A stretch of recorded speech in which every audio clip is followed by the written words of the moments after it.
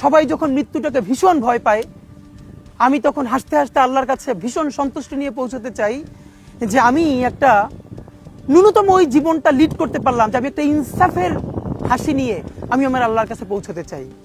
সুতরাং আগামী 50 বছর বাঁচলাম, কোনো ইম্প্যাক্ট তৈরি হলো না আমারে দিয়ে, দেশের জন্য, রাষ্ট্রের জন্য, উম্মার জন্য, জাতির জন্য। কিন্তু আমি ধরেন 5 বছর বাঁচলাম, সেটার মধ্য দিয়ে যদি আগামী 50 বছরের ইম্প্যাক্ট তৈরি হয়, তাহলে অনেকদিন বেঁচে থাকায় কি সাফল্যের বলেন? শহীদ প্রেসিডেন্ট জিয়াউর রহমান কয়টা দিন বেঁচেছেন, কিন্তু ভাবেন আজকে পর্যন্ত উনি আমার অনুপ্রেরণা। হাঁটতে হাঁটতে আমার পা ফুলে যায়। আমি, আমার টিম সেদিনকে ব্যাগের মধ্যে জুতো নিয়ে তারপরে একটা শপিং মলে ঘুরছিলাম, মানে পা ফুলে গেছে, পা জুতোয় ঢুকাতে পারছিলাম না। তো জিয়াউর রহমানের একটা ওনার গল্প মনে পড়ছিল, যিনি মাইলকে মাইল যখন হাঁটতেন ওনার সাথে স্টাফদের পা ফুলে যেত, কিন্তু ওনার তো আর্মি ট্রেনিং আছে।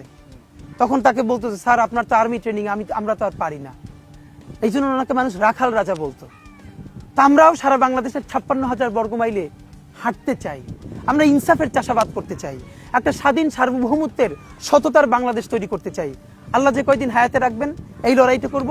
যেদিন নিয়ে যাবেন আমি স্বপ্ন দেখে যেতে চাই, আমি আমাদের এমন টিম, আমি আমার সন্তানকে রেখে যেতে চাই, আমার মৃত্যুর পরে যেন এই লড়াই বন্ধ না হয়, এই লড়াই যেন বাংলাদেশে কিয়ামত পর্যন্ত জারি থাকে।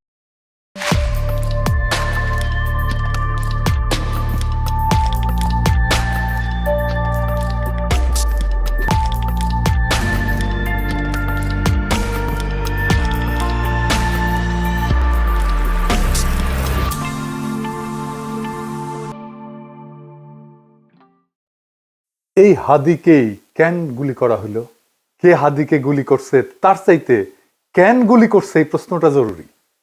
হাদি বর্ষা বিপ্লবের মধ্যে দিয়ে গড়ে ওঠা তরুণ এবং বিপুল সম্ভাবনাময় এক রাজনৈতিক নেতা।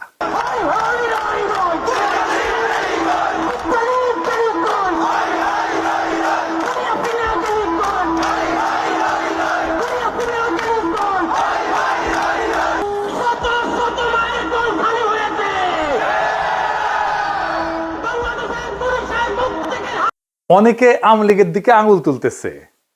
আওয়ামী লীগ অবশ্যই বর্ষা বিপ্লবের প্রধান শত্রু, কোনো সন্দেহ নাই, কিন্তু আওয়ামী লীগই কি একা বর্ষা বিপ্লবের একমাত্র শত্রু? না, রাজনৈতিক দলগুলো যারা হাসিনা বিরোধী লড়াই করছে তারাও তো বর্ষা বিপ্লবকে ধারণ করে না। সরকারের মধ্যে বিপ্লব বিরোধী ধান্দাবাজ অপদার্থ ধ্বজভঙ্গ লোকেরা ঢুকিছে একের পর এক। প্রফেসর ইউনূস নিজের বউয়ের ডাক্তাররা ঢুকাইছে মন্ত্রী পরিষদে, বন্ধুর পোলারে ঢুকাইছে, তার গ্রামীণ ব্যাংকের লেসপেন্সার সব ঢুকাইছে, পলিটিক্যাল পার্টিগুলো তাদের নিজেদের লোকদেরকে ঢুকাইছে, এবং বেশিরভাগই অপদার্থ।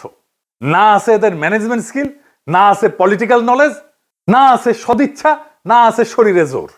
আওয়ামী লীগ অস্ত্র কিনে সশস্ত্র যুদ্ধের ডাক দিছে, অস্ত্র কিনে যুদ্ধ করার কথা ঘোষণা দিছে, একবার না বারবার জেনেভায় যায় প্রকাশ্যে দিছে।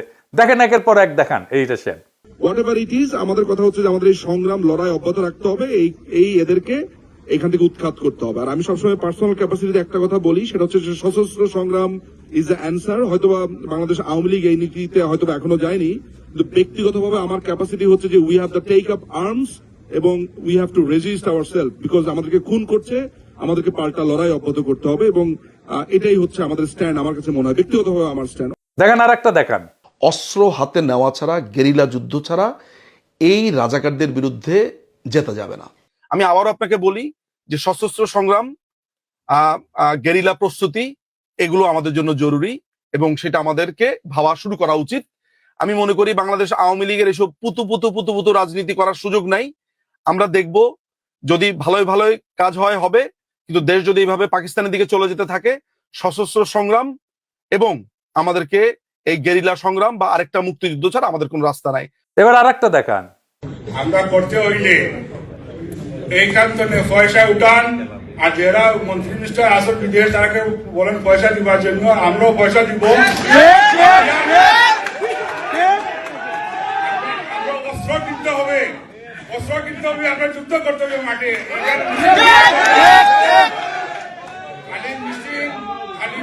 মিছিল করলেও চলবে না, আমরা অস্ত্র করতে হবে, আমরা মাঠে নামতে হবে। দেখেছেন? শুধু কি এরা হাসিনা লেসপেন্সার, হাসিনা নিজেই বিপ্লবীদের হত্যার নির্দেশ দিছে। শুনেন, কথা কম গাছ বেশি। নেত্রী আমাদের যে ভাই বোনদের হত্যা করেছে, আমরা অস্ত্র তুলে নিয়ে এদেরকে হত্যা করবো ইনশাল্লাহ আগামীতে। মুখে কথা একটু কম বলো তো, যারা কথা বেশি বলে তারা কিছু করতে পারে না। কথা কম গাছ বেশি, ঠিক আছে? মুখ দিয়ে বলতে যেও না, আগে করে দেখো। ঠিক আছে, খোদা হাফেজ। শুনেছেন? তারপরেই তো এই ঘটনা। একটা রাষ্ট্রের বিরুদ্ধে সশস্ত্র সংগ্রাম বা প্রকাশ্য খুনের নির্দেশ দেওয়ার বিরুদ্ধে কিছু করছে প্রফেসর ইউনূসের সরকার? কিছুই করে নাই, কিচ্ছু করে নাই। আর ওদের সাহস আকাশে চড়ছে।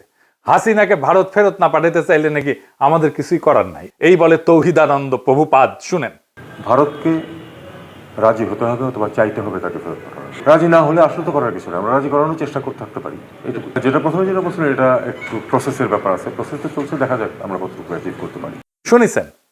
এটারে বিএনপি ঢুকাইছে, দেখে দিলাম এটা উপদেষ্টা মন্ডলীতে। এতটাই অপদার্থ, করার কিছু নাই তো তুই উপদেষ্টা আসুস কেন? 111 আমলা ওরে বানাই দিছে মন্ত্রী। এরা গালাইলে ওর গায়ে মাখে না, এতটাই নির্লজ্জ, এতটাই ক্ষমতা লোভী। এদের দিয়া প্রফেসর ইউনূস ফ্যাসিবাদের আগমন ঠেকাবে। হ্যাঁ, কি আর কমো, বালটা ঠেকাইতে পারবে। নির্বাচনের তফসিল ঘোষণা করছে না, দেখেন কি ভয়াবহ রক্তপাত হয় এই পুরা নির্বাচনের সময়। কিছুই ঠেকাইতে পারবে না। কেউ তো কথা শোনে না, আমলারাও কথা শোনে না। ক্ষমতায় বসেছে, রাষ্ট্রযন্ত্রের উপরে কোনো নিয়ন্ত্রণ প্রতিষ্ঠা করতে পারে নাই এই 2 বছরে।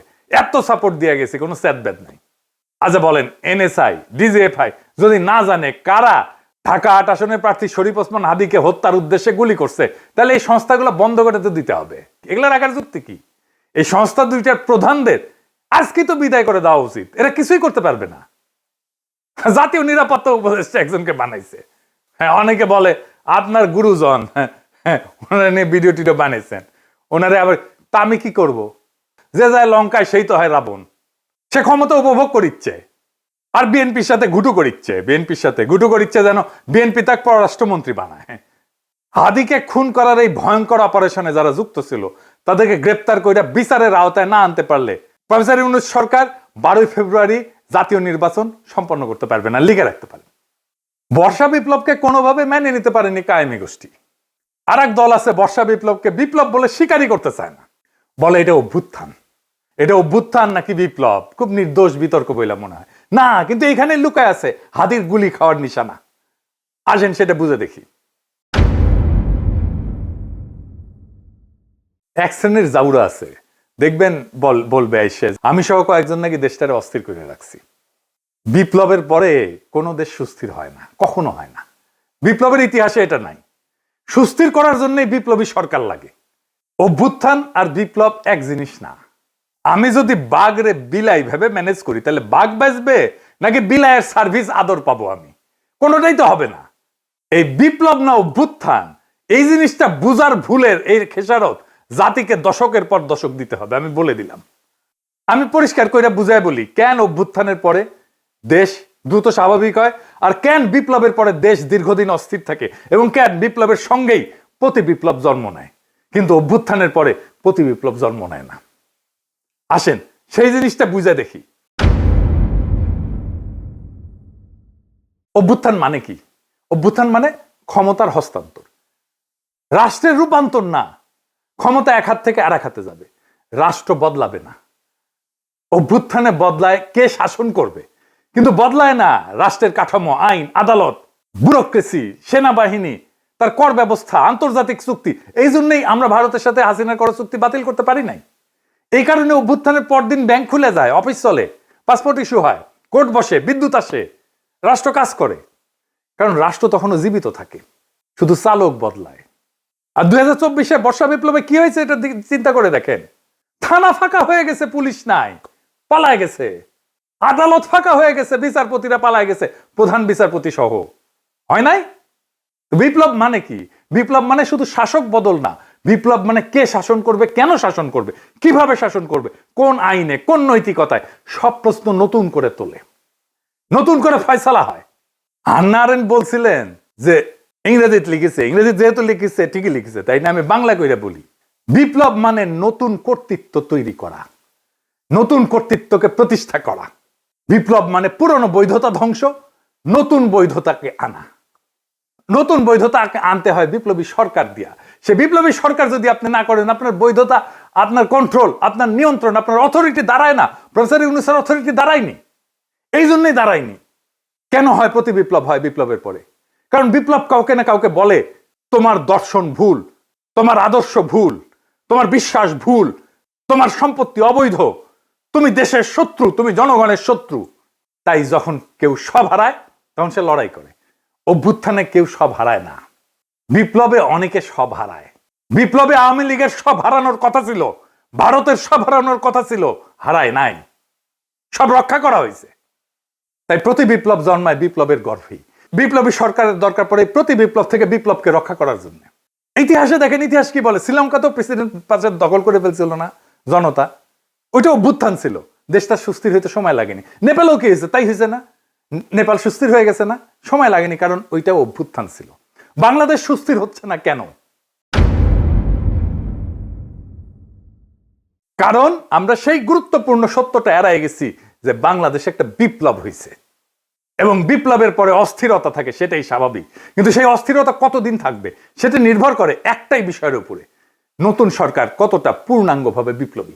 আমরা সেটাকেই বলছিলাম বিপ্লবী সরকার। ইতিহাসে যেই সরকার বিপ্লবের ম্যান্ডেট নিয়ে, বিপ্লবী কর্মসূচি নিয়ে স্পষ্টভাবে পুরানো রাষ্ট্র ভেঙে নতুন রাষ্ট্র করে, সেখানে অস্থিরতা তুলনামূলকভাবে কম সময় দূর হয়ে যায়। কারণ সেখানে থাকে ক্ষমতা স্পষ্ট কেন্দ্র, আদর্শিক এবং রাজনৈতিক পরিচ্ছন্নতা। আর এইখানে না ঘরকা না ঘাটকা, বলে রাষ্ট্র সংস্কার করব, আর সব পুরানো কিছু সবকিছু রেখে দিচ্ছে। রাশিয়ায় 1917 সালে বিপ্লব হয়েছে, অস্থিরতা ছিল কিন্তু দ্রুত নিষ্পত্তি করে ফেলছিল বলশেভিকরা। অস্থিরতা দীর্ঘ হয়নি, যুদ্ধ ছিল কিন্তু দ্বিধা ছিল না। চীনেও কমিউনিস্ট সরকার পুরনো রাষ্ট্রের সঙ্গে আপোষ না করে নতুন রাষ্ট্র গড়ে তোলে। এইটাই বিপ্লবী চরিত্র, দ্রুত রাজনৈতিক স্থিতিশীলতা এনে দেয়। ভিয়েতনামও একই কথা। কর্তৃত্ব প্রতিষ্ঠা করতে হয় বিপ্লবী শক্তিকে। অন্যদিকে সরকার যেখানে না ঘরকা না ঘটকা, আধা বিপ্লবী, পুরানা এলিট আর নতুন শক্তির মধ্যে দোদুল্যমান, সেখানে অস্থিরতা লম্বা হয়। তাই হয়েছে প্রফেসর ইউনূসের সরকারে, পুরনো এলিট আর নতুন শক্তির একটা কোয়ালিশন হয়েছে। ফ্রান্সে বিপ্লব হয়েছে 1789 সালে। এরপরে দশক ধরে অস্থিরতা চলছে। মূল কারণ ছিল বিপ্লবের প্রশ্নে স্পষ্ট সিদ্ধান্তের অভাব। অর্থাৎ সমস্যাটা বিপ্লব না, সমস্যাটা হইল অসম্পূর্ণ বিপ্লব, বিপ্লবের পরে কর্তৃত্ব প্রতিষ্ঠা না করা। প্রফেসর ইউনূস কর্তৃত্ব প্রতিষ্ঠা করতে পারে নাই, আমাদের অনেক সাপোর্ট সত্ত্বেও। যত বেশি বিপ্লবী সরকার হয় তত দ্রুত ক্ষমতার প্রশ্ন মীমাংসিত হয়, তত দ্রুত দেশ স্থিতিশীল হয়। বিপ্লবকে যে থামায় দেয় যায় সরকার, অস্থিরতা তার পিছু ছাড়ে না, প্রফেসর ইউনূসেরও পিছু ছাড়বে না। কিন্তু বিপ্লব যে সম্পূর্ণ করে, স্থিতিশীলতার তার অনিবার্য ফল। আজকের অস্থিরতা, অরাজকতা সবকিছুর দায় ওই ছাত্রদের, যারা প্রফেসর ইউনূসের সরকার বানাইছে। এডিটর সাহেব, প্রফেসর ইউনূসের পেছনে ছাত্রদের ছবিটা দেখান, কারা কারা আছে। এই সব কয়টার দায়িত্ব এটা, এরাই প্রফেসর ইউনূসের সরকার বানাইছে। এই দায় নিতে হবে, ছাত্রদেরকে নিতে হবে, ওয়াকারকে নিতে হবে, রাজনৈতিক দলকে নিতে হবে, আসিফ নজরুলকে নিতে হবে, যারা এই সরকার গঠন করছে, সবার এটা দায়। এখন শেষ প্রশ্ন, কেন হাদি গুলি খায়, অন্য কেউ না? এর কারণ হাদি শুধু জুলাই বিপ্লবী না, হাদি একজন আপাদ মস্তক ভারতীয় আগ্রাসন বিরোধী। ভারতীয় আগ্রাসন বিরোধী হয়ে বাংলাদেশে বাইসা থাকাটা মুশকিল। প্রেসিডেন্ট হইলেও বাইসা থাকা যায় না। জিয়ারে মরতে হয়েছে না, ইলিয়াস আলীকে মরতে হয়েছে না, সালাউদ্দিন কাদের চৌধুরীকে মরতে হয়েছে না, জামাত নেতাদেরকে মরতে হয়েছে না, আবরারকে মরতে হয়েছে না, হাদিকে নিয়ে কম কুৎসা রটনা করা হয়েছে। দেখেন এই মালটাকে চিনতে পারেন কিনা দেখেন। জুলাই গণ অভ্যুত্থানে হাদির অবদান কি দেখতে হবে না? এই গণ অভ্যুত্থানের সময়ে, গণ অভ্যুত্থানের পরেও হাদি নামে কাকে মানুষ চিনত না। বাংলাদেশের সংকটে হাদিকে এদেশের মানুষ পায়নি। বাংলাদেশ যখন কাঁদছিল, বিপদে পড়েছিল, যখন রক্ত ঝরছিল, তখন হাদিরা সিনা টান টান করে দাঁড়ায়নি। তখন কিন্তু মির্জা আব্বাস ভাইরা দাঁড়িয়েছিল, তাদের হাজার হাজার কর্মীরা এখানে অবদান রেখেছে, লড়াই করেছে। শুনিছেন এই বাটপারকে বিএনপি কোলে তুলে রাখে। বিএনপি যা যা করতে পারে না, বলতে পারে না, এই বাটপারকে দিয়ে করায় আর বলায়। এটা বিএনপির মাস্তান, এটা বিএনপির ভার্চুয়াল মাস্তান। হাদিকে নাকি সে মাঠে দেখে নাই।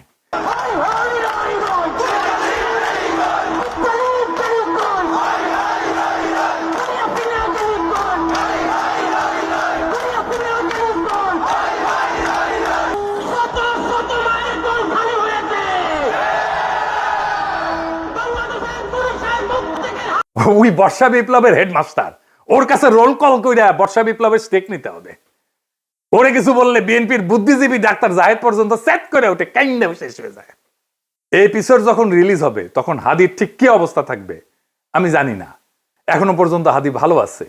হাদির কথায় আপনারা বারে বারে মৃত্যুর কথা আসতো, শহীদ মৃত্যুর কথা আসতো। আমরা তার এইরকম একটা কথা শুনেই এপিসোডটা শেষ করব। কিন্তু একটা কথা আপনাদেরকে স্পষ্ট করে বলে যেতে চাই, জুলাই বিপ্লবকে বিজয়ী করা ছাড়া আমাদের সামনে আর কোনো রাস্তা খোলা নাই। প্রফেসর ইউনূস বিপ্লবকে লক্ষ্যভ্রষ্ট করেছে।